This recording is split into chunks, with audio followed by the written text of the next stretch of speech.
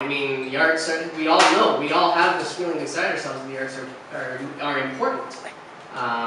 We can actually say there's other people who start to think that now too. There's neurological studies that say the arts are important. There's philosophical studies. UNESCO has now actually indicated the arts are part of our cultural freedom, which is a universal human right. So we got politics and science on our side helping us say that the arts are essential to our humanness. And that's kind of cool to be able to say that. But the reason why we're here today is because we're talking about trying to develop a thriving arts scene. And of course that means developing arts as part of our community. So I think a little bit about what it means to have arts in community. And community is often understated. I hear on a number of occasions that the arts create community. And I've heard this argument a few times. The arts create community and the community develops because of the arts. I don't like that. Because what it means is it puts an unrealistic expectation on community to just suddenly spring up out of the ground because we happen to have a painting somewhere. Community is not an accident of the arts. We do it on purpose. We don't put a painting, if we were to put a painting up on the side of the Royal Bank and make it a mural of a Nazi internment camp, we're not going to suddenly become oppressors of human rights just because that's the painting that's there. That's what we talk about, what's being suggested when we say that art, or that community is an accident of the arts, and it's not.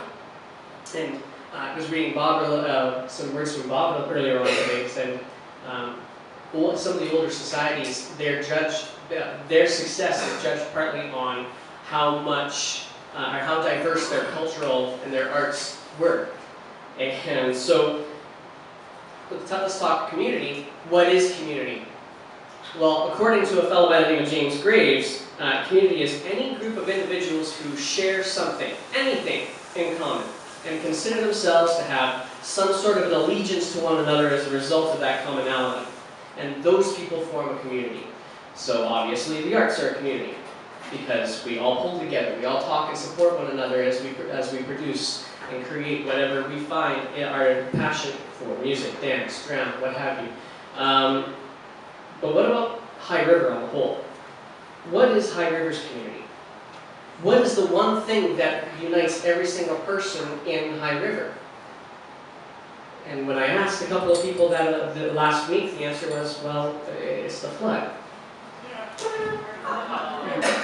And unfortunately, that's not true anymore.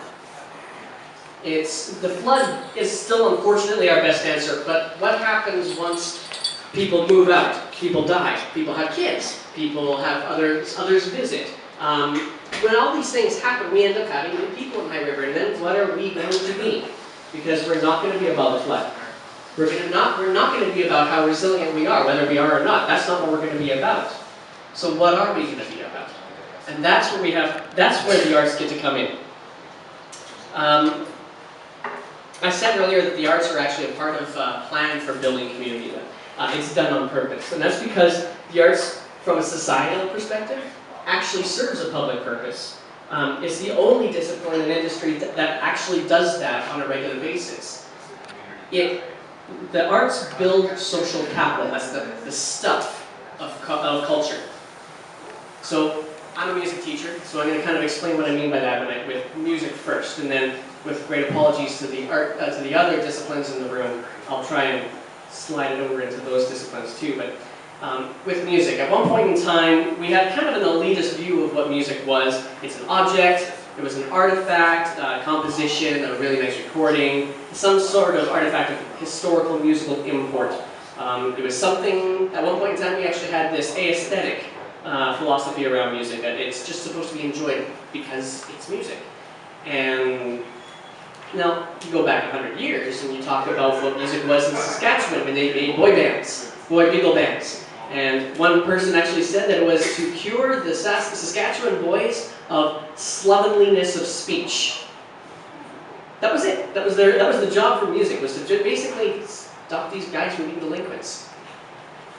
And unfortunately, in some areas, those views still pervade, but not all of them, thankfully.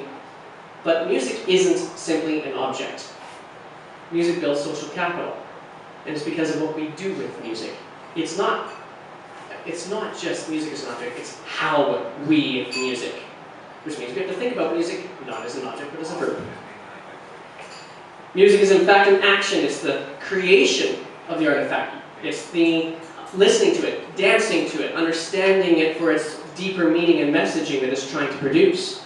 Even more, so when you're musicking, you're actually involving and you're communing with others, your audience, other people you happen to be sharing the stage with, so on and so forth. People who are selling tickets at the door, they are musicking. They are supporting music. They are getting involved in it in one way, shape, or form. That means it's a verb, not a noun. And we can say the same thing of art. That we don't simply make art. That's an object. We paint, we sculpt, we display, we art. Same thing of theater. We act, we design, we show, and with dance as well, we move, we theate, we dance. And in each of these artistic verbs, we commune. We interact with one another as artists, with our audiences, with the larger community, and we share, and we message, and we politic, and we express. We don't always do it the same as one another, and that's kind of good because it allows for communication between differing ideas. But it's through this communion that through this communion with one another that culture lives, breathes, and develops, and thrives. This growth occurs through the arts. So in our area that has consistent support for the artistic diversity that it needs is going to become a community. I think economically speaking, if you have competition, and diversity breeds a healthy economy. A whole bunch of people with talents and with different experiences, they help breed a lot more than simply their parts. The sum is worth more than the whole is worth more than the sum of its parts. So it's also the same way for social capital.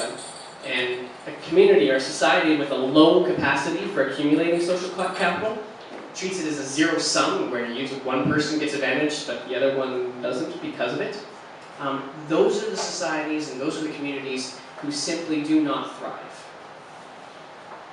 And so what I'm hoping tonight ends up being for us is a conversation about what we're going to do to develop the capacity that we need to have the art scene thrive, and therefore to build community as a result. And we will, if we come up with some really ingenious ideas, but it's going to take more than artists, and I count myself among them as a musician. It's going to take more than artists to do it. It's going to take some business people. It's going to take some politicians. It's going to take some community leaders to help us out. And so we do need to make sure that we make those outreaches somehow, so that we actually develop it as a community, not just as an arts community. And so that's kind of what I'm asking you guys to think a little bit about as you go through tonight. What's it going to take to build our community? So, Jody, I'll leave it to you now, so we can actually do that.